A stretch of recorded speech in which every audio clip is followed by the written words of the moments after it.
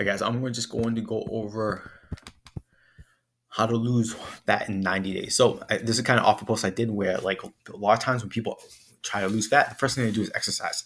Exercise is one of the worst ways you can lose fat. It's the hardest way, especially if you're doing a bunch of cardio that you don't like. You're doing hours on the elliptical, you're doing running. So that's what I'm going to discuss today. So what I'm going to discuss, number one fact, if you will lose weight or not, how to train for great transformation and stress management. Remember, if we don't manage our stress, it's very hard to train consistently and make good food choices. Number three, mindset. So if you don't have the right mindset, it's going to be hard to do the first two things on a consistent basis.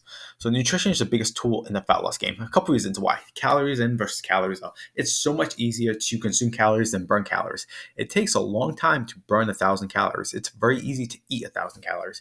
You could have like three pieces of pizza, and you're eating 1,000 calories. The stress of training, this is what people don't think about, is that if you're like, I'm just going to train really hard, I'm going to train 5 days a week, is the more you train, that dries up your hunger cravings and your hunger cravings. This is kind of a mechanism for your body to resist fat loss, because remember, fat loss, your body doesn't really care about you being super lean. It likes having fat on the body because that's like energy that it might need at a later date. So we don't want to stress the body a ton with training. And then metabolic adaptation. So even if you this happens when you cut calories or you train, your body will down stress your metabolism so that you actually burn less calories. And another thing related with this is like if you become efficient at a certain cardiovascular exercise, if it's the elliptical, but the first time you do it kind of sucks, and then you get better at it, you're not so winded, you're not so tired, which is a kind of a good thing because you're more comfortable, but now it's not burning as many calories as it once did. So I'm going to go over a 90-day plan. This might be beyond 90 days, depending on how much time you spend in each phase, but we're going to do a pre-diet phase. And the idea of this, before we do fat loss, because fat loss is really stressful to the body, we need to get healthy. So if you're going in with very poor habits and you're not in a good place, it's going to be hard to do. And it's going to be very easy for you to either not make it through the fat loss plan, or you make it through the fat loss plan, lose some weight, but then you'll go right back to it. So then we're going to drive fat loss. Because we're going to get our body healthy, we'll put our body in the best position to lose fat. Then the second thing is we need an exit plan. Like this is what happens with people. People lose weight. Like people say diets don't work, but diets actually work well. People don't keep diets, or they do a diet, and then when they get off the diet or they get off this, they go back to the old weight, the old habits, which is going to give you exactly what it got you before. So pre-diet. So pre-diet is the whole goal of this is we need to get healthy and restore our hormone and metabolic functions. We need to reduce stress. We need to get hunger and cravings under control. So if you're always hungry, if you always have really bad cravings, just think about it. Like you have really bad cravings, then you're going to cut calories or lose fat. It's just going to be super hard. And this is a great time to build the skills we will need to lose fat, like planning, prepping, tracking food, being good at grocery shopping.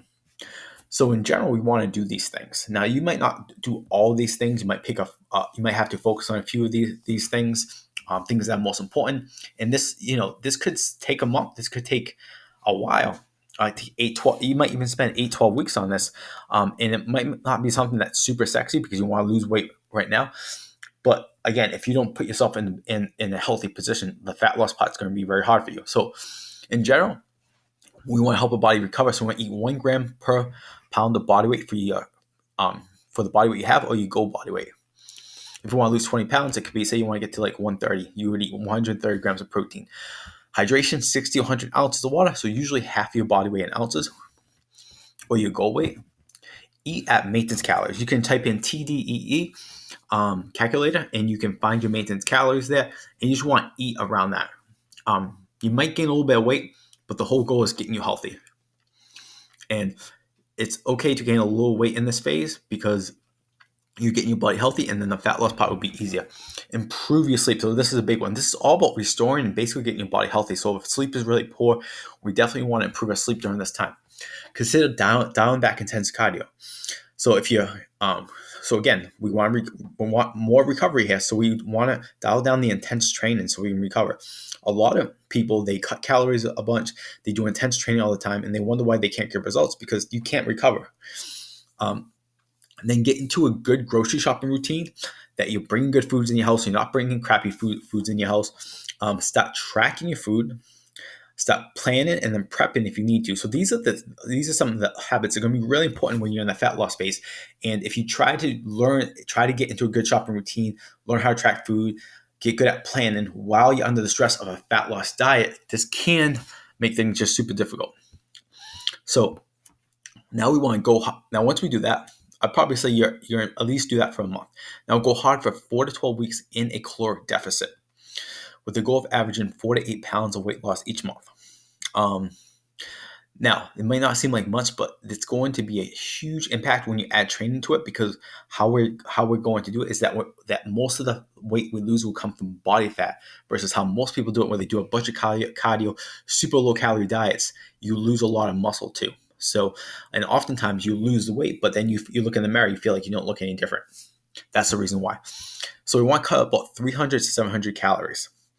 Now, if you're tracking your food in the next phase, especially if you're tracking your calories, this is going to be easy. All you're going to do is just subtract that. Now, just keep in mind, the higher the caloric deficit, so if you cut 700 calories, the harder it is going to be able to maintain. So you might not be able to last too long. So it might be better for you to cut calories by 300, 400 instead of that biggest. Doesn't always matter. And when we're talking about cutting calories, we need to average those calories at the end of the week. So some days you have high calories, some days you have lower, but as long as you average that caloric deficit, that'll be good. So say your maintenance calories were like 2,000 calories, and now you're going to eat 1,400 calories. As long as you average 1,400 calories by the end of the week, you'll be good. You will lose weight. So a few other things we want to focus on. Keep protein the same. So we're reducing calories from carbohydrate food and fat foods, not protein. Something that's going to help a lot is if you start tracking your step and try to hit 7 to 10K steps per day. This is important too, because walking is a great form of exercise for fat loss, because like I said, we don't want to stress the body because that will get us more hungry. If we walk more, walking is the one form of exercise where we can burn a decent amount of calories, but we're not going to stress the body. Keep sleeping good. Use the shopping, tracking, and planning habits to make this easier, and keep most of your cardio low intensity during this phase, all right? Because again, we don't want a ton of intense training that's going to drive hunger up, especially if your main goal is fat loss. Next thing is an exit plan. Have a plan after you lose fat. This is what everyone messes up on. How will you not gain the weight back? Lifting and steps are a huge part. So if you get into a routine of lifting weights, doing some form of resistance training, and maintaining a high step count, maintaining weight is a lot easier. And this goes for a lot of different things. Maintaining is always easier than creating. So it's easier to maintain muscle mass than it is to build. Same thing with fat loss. It's easier to maintain fat loss than to gain weight and bring it back. See if you can focus on these habits instead of tracking so strictly. So you can be a little looser with it with the tracking, and see if you can maintain like around your body weight and you just feel good. So 3 protein-based meals with a fruit and veggie with each one, 60 ounces of water, eat mostly natural foods, go back to monitor every 3 to 6 months for a week, just to get a feel how much you're doing. Because sometimes you just have those things where you kind of go and you eat good and bad, and sometimes it's just like when you gain weight, it happens slowly over time. So by doing this every three months, just tracking your food, you'll just be able to like stop it before it gets too bad. And then after probably a couple of years of doing this, you probably won't ever have to do that again. Now, the training portion. So we're going to go over 3 phases: learn to move and walk, lifting heavy, and the aerobic system, and lift plus adding 1 to 2 hard conditioning days. So month 1. Now, you might be able to skip over this phase if you have some training experience, but you need to learn how to move properly before we can crank the intensity in our strength sessions. So be good at tempo and control. Be able to not only know the movement, but can we control our body? Can we go slow on the way down, pause at the bottom, come up fast? That's going to be really important. And we want to do this in the 5 basic moves, which is a squat, a hip hinge, like a deadlift, a push, like a push-up or a chest press, a pull, like any type of row, and a single leg variation, like a split squat or lunge. Also get into a walking routine. Just like I told you about steps, this is a great way to burn calories, which will help in fat loss. So like think about 3 10-minute walks a day can be helpful. Maybe 1 in the morning, 1 on your lunch break, and then 1 after dinner, or maybe 1 60 minutes a day. If you have a very active job and you just get a lot of steps, you might not have to do that. Month two, now that we move well, we're going to make sure that now we're going to start really going heavy. So when we work out, we want to make sure that we go so heavy that we only have a couple reps left in the tank. So if I'm doing something for 3 sets, 8, I should only have a couple reps left in the tank. Then build an aerobic fitness and keep your heart rate to 120 to 160 beats per minute for about 30 to 60 minutes. Now, this is huge, guys. So when we build the aerobic fitness, like everything, people constantly talk about intense training, but when we build the aerobic fitness, we grow our heart in a way that it can pump more blood per stroke to our muscles. This will make us more efficient. This will increase our longevity. We'll live longer, but plus increases it increases our ability to deal with stress, so we can do more work without beating ourselves up. And it's going to help you recover and deal with all the stress from a fat loss standpoint. Plus, it's not nearly as stressful as doing HIIT or some crazy Metacon. So it goes well with what we're trying to do: is build some strength, keep our muscle, lose some fat. So month 3, now we're gonna put it all together. So now we're gonna keep going heavy. We're gonna maybe spend one, depending on how much time to train. We still want to do at least one aerobic session per week. But then if you want to this will help accelerate your fat loss a little bit, do one hard cardio session. So I won't go into details, but you can do traditional HIIT, going 15 seconds as fast as you can, 1 minute, nice and slow and easy. Doing that for 20 minutes. You can do like maybe kettlebell circuits. But again, there's so much stuff you can do with that. So I want to go into that. I want to give you guys just an overview of like what I think you should do. Some mindset. So these are the 3 things that I think people need to address for the mindset. And if they don't change becomes very tough. The all or nothing mindset. So these are the people who they either want to train 6 days a week or they don't want to train at all. They either go on a very strict diet or they do whatever they want with the diet. And when you do this, you start yo-yo. You basically yo-yo. Because the truth is, especially as you get older, you have kids, you have a job, life's stressful, you don't have much of an opportunity to be the all version of that person. You usually end up being the nothing version, which means most of the time you're not training, you're not focused on your eating habits, you're not sleeping well. So because of that, you don't really get results. And which is why like you go hard when life's easy, but then when life's hard, you completely do nothing instead of just maybe dialing back a little bit, going from like, hey, training 5 days a week. Hey, I'm only going to train 2 days a week. Going from being super strict with your diet to maybe being a little more less restrict, but still having some fundamental habits like water, eating protein. The second one is you got to challenge your stories. Everyone have excuses and stories. So however you want to label them, if it's like our excuses are stories that we tell ourselves. And a lot of times they're not true, that it's not really the real reason that stops us. And if we don't actually sit down and challenge our story and be like, hey, was this really true? So for example, it's like, hey, I can't go to the gym today because I'm tired. I can't go to the gym today because of this.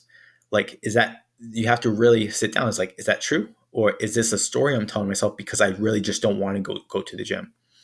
And it's always better to tell yourself the truth versus lying to yourself. Don't lie to yourself and be like, I'm not going to the gym because of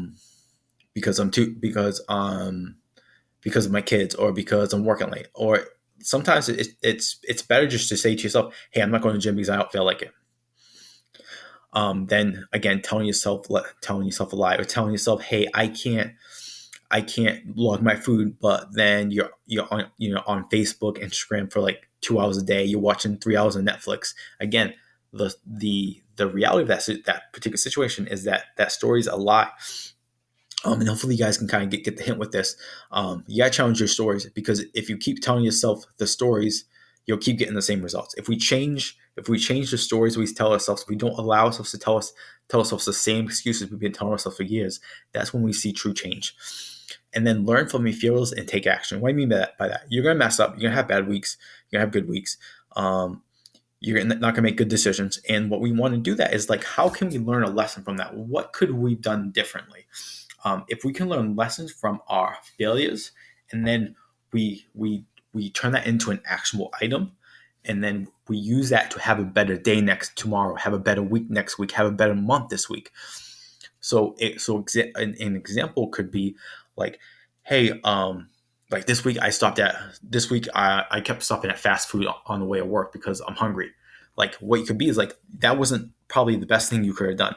So what you could have learned is like, I need to make sure that I have something quick ready to go in the morning so that I don't stop stuff at Dunkin' or McDonald's or whatever it is. So it could be like, hey, I'm going to buy some things of yogurt that I can just grab and take to work. I'm going to stop making a protein shake the night before so I can grab it and drink it.